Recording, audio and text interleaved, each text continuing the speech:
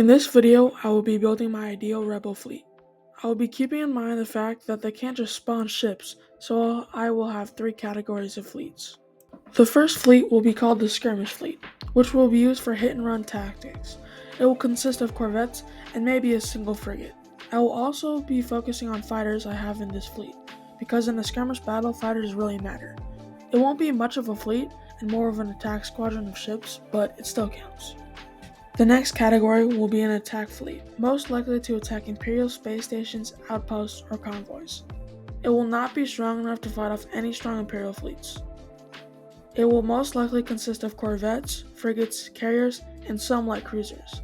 This fleet will have little to no capital ships, as that would be too powerful, and that's what I'm going to talk about in my next fleet.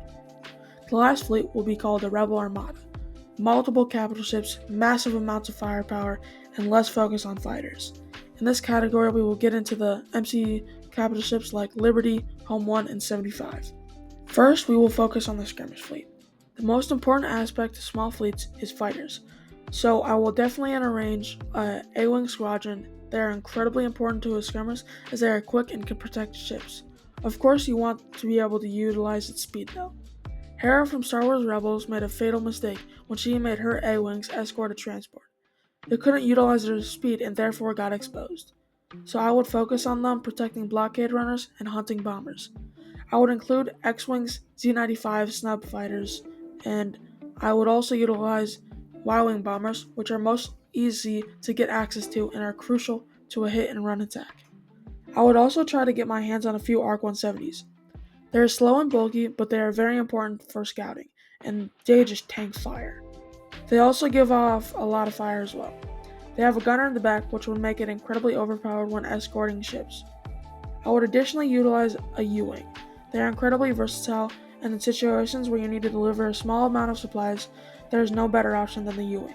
To add some spice to my task force, I will add the Consular Cruiser, otherwise known as the C-70. It is an incredible, cool looking ship, and is why I am picking it, but it is also a useful corvette. It will definitely add some spice to my Rebel cell. But the C-70 isn't just it. I will be using an LAAT gunship.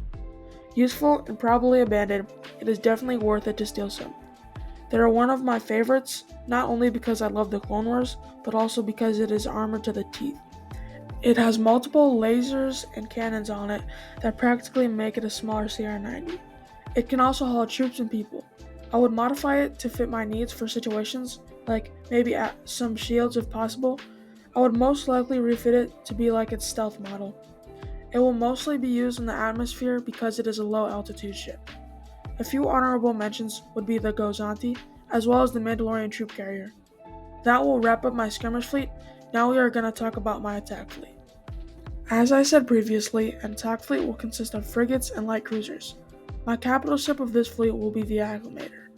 It is an all-around solid cruiser and should be easy to get my hands on. I'll follow that selection up with my light cruiser, which will be the Arquitens class cruiser. One of my favorite Imperial ships, it should be easy to steal and add to my fleet. Its firepower is incredibly strong for its size and is crucial to my fleet. I will also have some Nebulon B frigates. You can't go wrong with them. They are really common and easy to steal. Nothing too game-changing, but nonetheless important. These selections don't carry a lot of fighters, so my next selection will be the Quasar carrier. It has a massive fighter bay that can carry many snub fighters, which is still important in this category. My anti-fighter roles will go to some Brahmatok gunships, as well as Hammerhead and CR-90 corvettes. That will wrap up my attack fleet. Now we are moving on to the last fleet. My last fleet is called the Rebel Armada. This fleet will be similar to fleets like the Endor fleet or other larger battles. It will start off with an MC-80 Home 1 type. Popularized by Admiral Akbar, my personal favorite admiral in Star Wars. He used it in many battles, and if I were to describe it in one word, I'd say tank.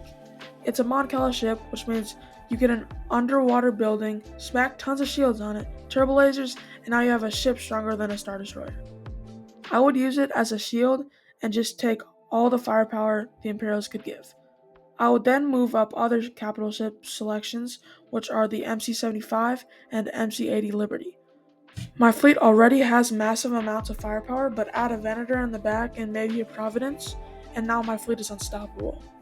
I would use some dreadnoughts as well as some frigates and cruisers to round out my firepower. For anti-fighter, I would have Gozantis as well as corvettes. Lastly, I would add some quasars in the back to give me ultimate fighter capabilities. Speaking of fighters, I would really want some B-Wings. They are incredibly strong bombers, not to mention the prototype seen in the Rebels. With this fleet, I think it would be hard to lose. Now, of course, I know that it is not unstoppable because the Empire had hundreds of Star Destroyers.